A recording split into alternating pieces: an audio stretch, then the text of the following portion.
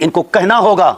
ورنہ الحمدللہ ہم ان کو سر بازار گھسیٹیں گے اور قانون کے ٹائٹل پر ان سے کروائیں گے کہ وہ لوگ کافر ہیں جو اہل بیت علیہ السلام کی توہین کرتے رہے۔ اہل بیت علیہ السلام معمولی لوگ تھے کوئی؟ یہ عامیانہ لوگ تھے کوئی کہ صحابہ کرام کا تقدس ان سے بڑھ گیا ہے؟ جس طرح ان کی توہین کرنے والا تمہارے نزدیک کافر ہے، اگر غیرت نام کی کوئی شے ہے اور ایمان نام کا کوئی تصور تمہارے اندر موجود ہے کہ رتی برابر بھی اگر ایمان غیرت اور حمیت ہے، تو پھر برملا بریلی شریف سے یہ فتویٰ آنا چاہیے جو ثقلین یعنی اہل بیت کو گالی دیتا ہے وہ بھی کافر ہے۔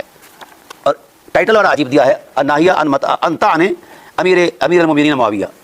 یعنی معاویہ کو امیر المومنین بھی کہہ لیا گیا اور مان لیا گیا ہے۔ افسوس، یہ کس انتخاب سے امیر المومنین بنے ہیں؟ اور اس کی عمارت کو بنا بنا کر ہمارے سنی علماء نے جو جارحیت کی ہے، جس وہ خلافت کے قیام کے لیے جو تصورات قائم کیے ہیں کہ پہلا خلیفہ کیسے آیا، دوسرا کیسے آیا، تیسرا کیسے آیا، تو وہ آگے آنے والی امت میں خلافت کے تصور کے لیے انہوں نے ان چیزوں کو وجہ جواز بنایا ہے۔ ان میں سے ایک یہ وجہ ہے جو جارحیت پر مبنی ہے، جو امیر معاویہ کے ٹائٹل پر آئے، اس حوالے سے آئے، اس جارحیت سے جو امت پر قابض ہو اور خون ریزی کر کے 1.25 لاکھ صحابہ کا قتل کر کے جو بادشاہت کرے، تو کہتے ہیں کہ ایسے بادشاہ کی بادشاہت کو بھی تسلیم کیا جائے اور اس کی اطاعت کی جائے۔ یہ سنیت تو نہیں ہے، یہ صہیونیت تو ہو سکتی ہے۔ بہرحال یہ فرحاروی صاحب جو ہیں یہ لکھتے ہیں کہ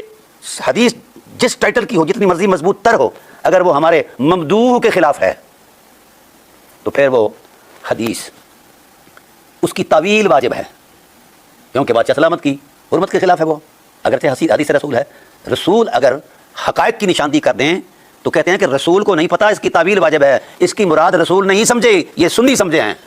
یہ صہیونی سمجھے ہیں، مراد اس کی تعویل واجب ہے۔ اچھا جی، بھائی تعویل وہاں ہوتی ہیں جہاں ازدحام معنی ہوتا ہے، یہ قاعدہ ہے آپ کا منہج علم ہے۔ تو یہاں تو ازدحام معنی رسول اللہ صلی اللہ علیہ وسلم نے تو بیان فرمایا نہیں، یہ کوئی مشترک معنی الفاظ نہیں ہے۔ آپ صلی اللہ علیہ وسلم نے تو مطلقاً ایک حقیقت کو واضح کر دیا ہے کہ اس طرح سے عمل کا بندہ جو ہے وہ یہ ہے، تو اس پر بھی مطلب تعویل ہے۔ اور ساتھ لکھتے ہیں کہ اگر تعویل ممکن نہ ہو، یعنی پہلے تو ہر کوشش کی جائے کہ رسالت کے منشا کو ختم کر کے ملا کے منشا کو نافذ کیا جائے امت پر، جو ملا نے خیال میں تراش رکھا ہے اپنی جہالت کے تصور میں اور عصبیت کے تصور میں، اس کو تعویل کی جائے۔ پھر اگر تعویل ممکن نہیں ہو سکتی، شرعی نصوص میں کیسے تعویل ہو، تو وہ کہتے ہیں کہ حدیث کو مردود کرا دیا جائے کہ حدیث نہیں ہے۔ لا حول ولا قوت الا باللہ، یہ ہے انکار رسالت، یہ ہے نبوت کی توہین کہ رسول جو فرما رہے ہیں وہ غلط ہے، اور ملا نے جو گڑا ہوا تراشا ہوا تصور دین ہے، حجرے میں بیٹھ کر گڑا ہے، وہ جناب والا بڑا مبارک دین ہے اور وہ اہل سنت ہے۔ یہی سنت ہے، رسول کی مخالفت کا نام سنت ہے، رسول کی عداوت کا نام سنت ہے،